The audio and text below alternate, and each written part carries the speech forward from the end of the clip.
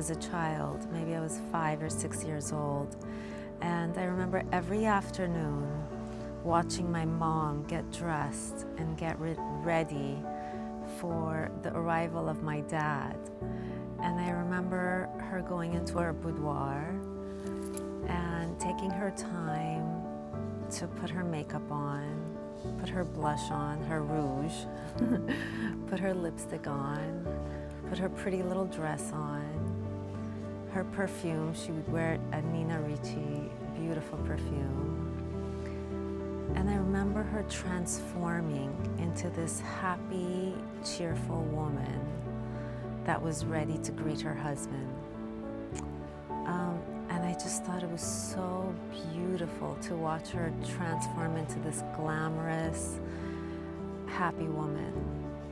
As I got older, anytime I would come across my grandmother, an aunt, my mom, who wasn't feeling so well, and you know, we oftentimes don't feel at our best, I remember asking them to sit down with me, and I would just start putting makeup on them. And the transformation of these women was just magic for me. And to watch them feel happy, become happy, I just became addicted to that feeling. Anything that has to do with a woman feeling powerful or glamorous, ready to take on the world, or whatever's coming their way, whether it's greeting their husband at the door, or getting ready for a beautiful event, or go to work, or a meeting. That transformation, I think, is one of the most beautiful things to watch. And I think that's what inspired me to create Nude Envie. I love to watch women transform themselves, to look in the mirror, take care of themselves, and feel magnificent. It's just one of the most beautiful things in the world. So as a child, I was immersed in the beauty world. My dad was a biochemist and had his own company called Visage de Beauté, and I would go to work with him. We would create shades, we would melt lipsticks and mold them and flame them and do all of the fun stuff. But I think the day I realized I can actually see color was when my dad said to me, I need this and this and that. Can you go get it for me? And I went into the storage room without turning the lights on, and I brought him exactly what he needed. And he looked at me as if he had seen a ghost. And he said, how did you know what to bring me? The lights were off. How did you know what color? And I mean, these colors were so specific. The pinks were like, there's a million different pinks you can choose from. And I thought to myself, I don't know, I just looked and I saw it. And he said, that's incredible. You can see color like no one else can see. And I think it just lit a fire inside of me, and I just kept going more and more. Of course, eventually he sold the company, and I became a mother of 3 amazing children. But during that whole time, I was always mixing my own lipsticks because I couldn't find the perfect nude. People were always telling me they love my lipstick, and I thought, well, sorry, it's not for sale. I make it myself. And then one day I thought, all right, maybe I should at least do it for my friends. Just create some lipsticks that everyone can love and enjoy. And it just grew into a business, something that I love immensely. I love playing with color. I love seeing color. It's just a great passion of mine. I love it.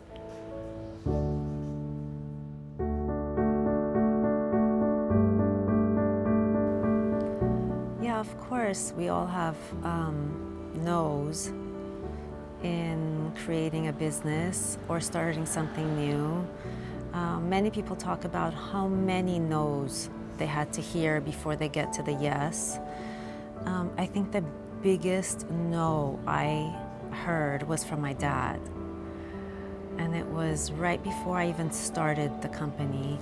And I said to my dad, you know, all happy, I said, I'm gonna create my own company, a cosmetics line.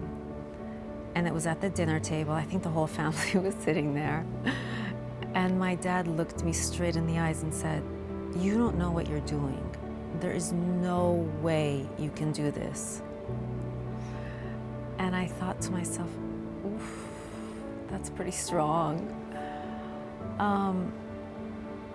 But then I will. And so I did. So I think the biggest no's, and I've heard no from so many people, whether it's a department store or an editor or something, and those never really affected me. That was the biggest no. And I think that was the biggest push and the biggest fire for me. And I had to do it. So I don't let things stop me. I'm determined.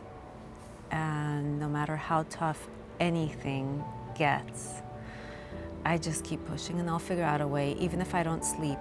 If I don't sleep the whole night for months, I don't think I slept the first 2 years before I launched. And I had to do what I had to do with happiness, with gratefulness. I'm always happy for the no's, for the people that might put stumbling blocks in front of me. It just means I work harder and I get it done.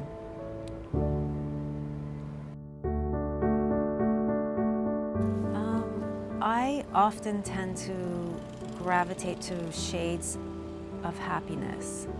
So a lot of pinks, a lot of nudes, the cooler shades. I think a nude lip is so powerful. It just allows the eyes to shine, all the expressions to be seen. And I think pinks are just so happy. A blushing bride you think of, or it just adds a lot of liveliness to the face, to the eyes, to the cheeks. And so those are the colors I gravitate towards mostly. How I decide what my next collection will be, I think I talk to a lot of people. Like for instance, my next collection is my daughter's inspiration. She's inspired me. It's the love of a mother and daughter. It's gonna be some sheer shades of berries. And she's the pure inspiration for all of those next shades. I know the blushes that I just launched were inspired by happiness, youthfulness. Like if you're blushing because you're a little happy or nervous or just sweet, beautiful shades. I think those are what emotions inspire me the most. It could be paintings, but mostly emotions inspire me the most, and love.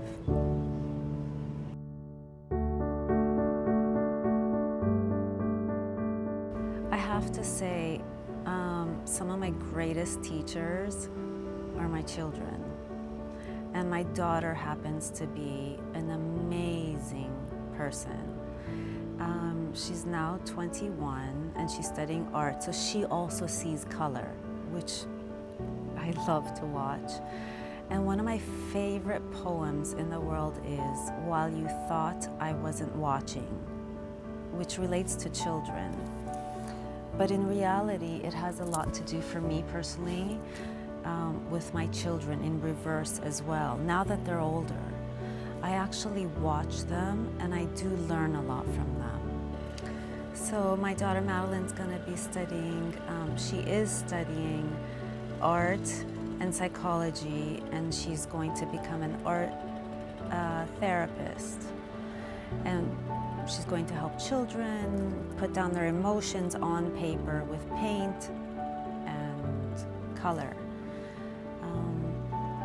And I think for women, that's also really important, to put your makeup on, to take care of yourself while you're looking at yourself in the mirror.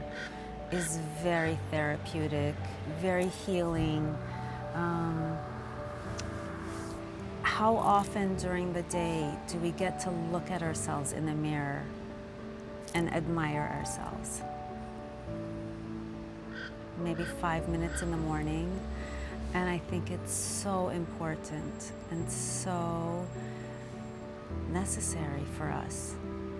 So I just love to teach that. I love to make sure women know that, and I help them do it, have the tools necessary, and try to make it easy for everyone to be able to do that.